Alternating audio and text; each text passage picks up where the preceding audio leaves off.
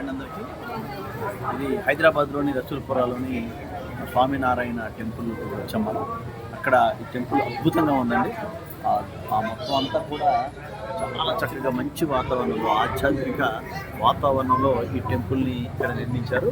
చాలామంది భక్తులు వచ్చి స్వామివారి తాలూకా హిస్టరీని తెలుసుకుంటున్నారు. అలాగే చాలామంది అక్కడ ఉపన్యాసాల నుంచి ప్రవచనాలు అనేవి ఇవ్వడం కూడా జరుగుతుంది. అవన్నీ కూడా ఈ వీడియోలో మీకు చెప్తున్నాను. మేమంతా మా ఫ్యామిలీ అంతా కూడా ఇక్కడ రావడం జరిగిందండి. ఒకసారి అవన్నీ కూడా చూపిస్తాను, మీకు చూపించి ఆ విశేషాలు మీకు చెప్తాను. ఓకే ఫ్రెండ్స్, మీరు చూస్తున్నదే హైదరాబాద్లోని స్వామినారాయణ మందిర్ అండి. బిఏపిఎస్ స్వామినారాయణ టెంపుల్ అంటారండి. ఈ ఆలయం ఎంతో అందమైన శిల్పకళకి, శుభ్రమైన వాతావరణానికి, భక్తిభావంతో భక్తులను ఆకర్షిస్తుంది. ఇదేనండి గేట్, ఎంట్రన్స్ గేట్ ఇదేనండి. వేరేగా కార్లు, 2 వీలర్స్కి వేరే గేట్ ఉంది. ఇదిగోండి ఎంట్రన్స్ అయ్యాం మనం, లోపలికి వెళ్తున్నాం. చాలామంది భక్తులు అప్పటికే ఉన్నారు. ఇది అద్భుతమైన రాతి నిర్మాణంతో నిర్మించబడిందండి. ప్రశాంతమైన ధ్యాన వాతావరణం. సాయంత్రం అయితే లైటింగ్స్లో అద్భుతంగా అందంగా కనిపిస్తుందండి. కుటుంబంతో మనం అంతా వెళ్ళి సందర్శించడానికి ఒక మంచి ఆధ్యాత్మిక ప్రదేశం అన్నమాట ఇది.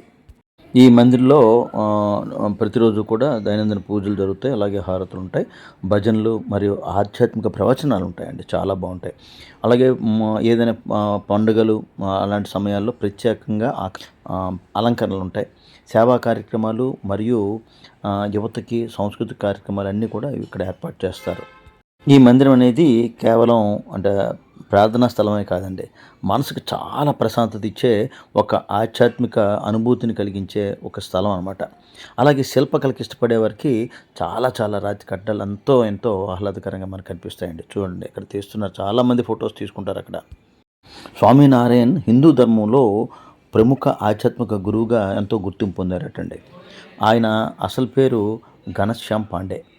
చిన్న వయసులోనే ఆధ్యాత్మికమైన ఆసక్తిని పెంచుకొని ఆయన భారతదేశం అంతా కూడా పాదయాత్ర చేసి ధర్మం, సేవ, నీతి గురించి ప్రజలకు ఎన్నో బోధనలు చేశారనమాట. ఆయన బోధనలు ఏంటంటే సత్యం మరియు నీతిని పాటించాలని, భగవంతునిపై భక్తి కలిగి ఉండాలని, హింస చేయకూడదని, సేవాభావంతో మనం జీవించాలని, మంచి ఆచారాలను మనందరం కూడా పాటించాలని, ఇవి ముఖ్యమైన బోధనలు అనమాట. వారు ఉత్తరప్రదేశ్లో జన్మించారండి. చిన్న వయసులోనే వేదాలు, శాస్త్రాలు ఎన్నో కూడా నేర్చుకున్నారు. దేశవ్యాప్తంగా యాత్రలు చేసి ప్రజల సమస్యలు తెలుసుకున్నారు. తర్వాత స్వామినారాయణ్ ఈ తాలూకా సంస్థని స్థాపించడం జరిగిందనమాట. ఈ ఆలయాల ప్రత్యేకత ఏంటంటే అద్భుతమైన శిల్పకళ అండి. అలాగే ఎంతో శుభ్రమైన వాతావరణం, చాలా పరిశుభ్రంగా ఉంచుతారనమాట. అసలు మనకు అక్కడ ఎక్కడైనా సరే చాలా ప్రశాంతంగా ఉంటుంది. అలాగే భక్తి, సేవ, సంస్కృతి అన్నీ కూడా మనకి ప్రోత్సహించేలా ఉంటాయన్నమాట అక్కడ బోధనలో. ఈ సంస్థ కేవలం బోధనలే కాదండి, విద్యా సేవలు కూడా అందిస్తుంది. అలాగే వైద్య శిబిరాలు కూడా చేస్తుంది. ప్రకృతి వైపరీత్యాలకు అయ్యేటప్పుడు సహకరిస్తుంది. యువతకు మంచి నైతిక విలువలతో కూడిన బోధన వంటి కార్యక్రమాలు కూడా అందిస్తుందండి. అది కూడా మేము చూడడం జరిగింది ఈరోజు. అందుకే వారి బోధనలు ఇప్పటికీ ప్రపంచవ్యాప్తంగా అనేక మందికి ప్రేరణ కూడా కలిగిస్తున్నాయని అక్కడ వారు చెప్పడం జరిగింది.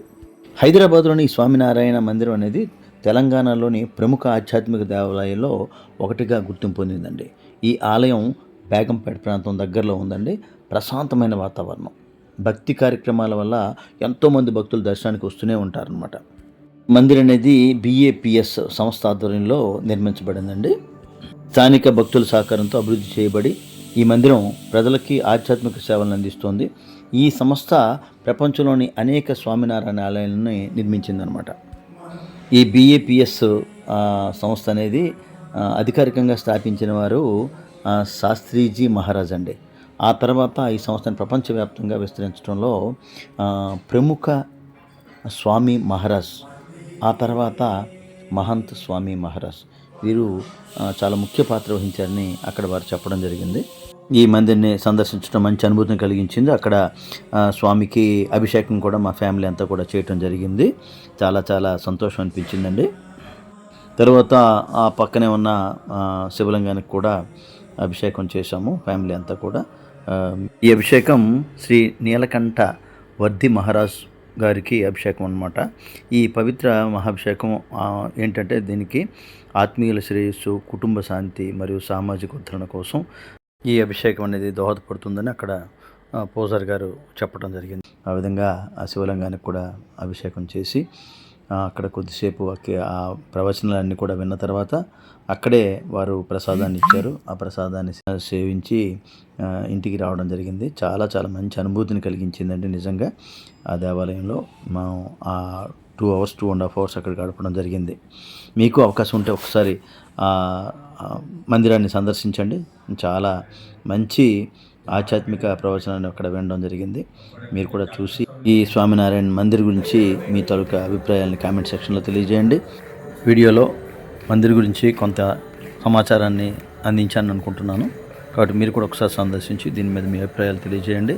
వీడియో కనుక నచ్చితే కొత్తవారైతే సబ్స్క్రైబ్ చేసుకోండి, లైక్ చేయండి, షేర్ చేయండి, మీ బంధువులకి ఫ్రెండ్స్కి తెలియజేయండి. Thank you friends.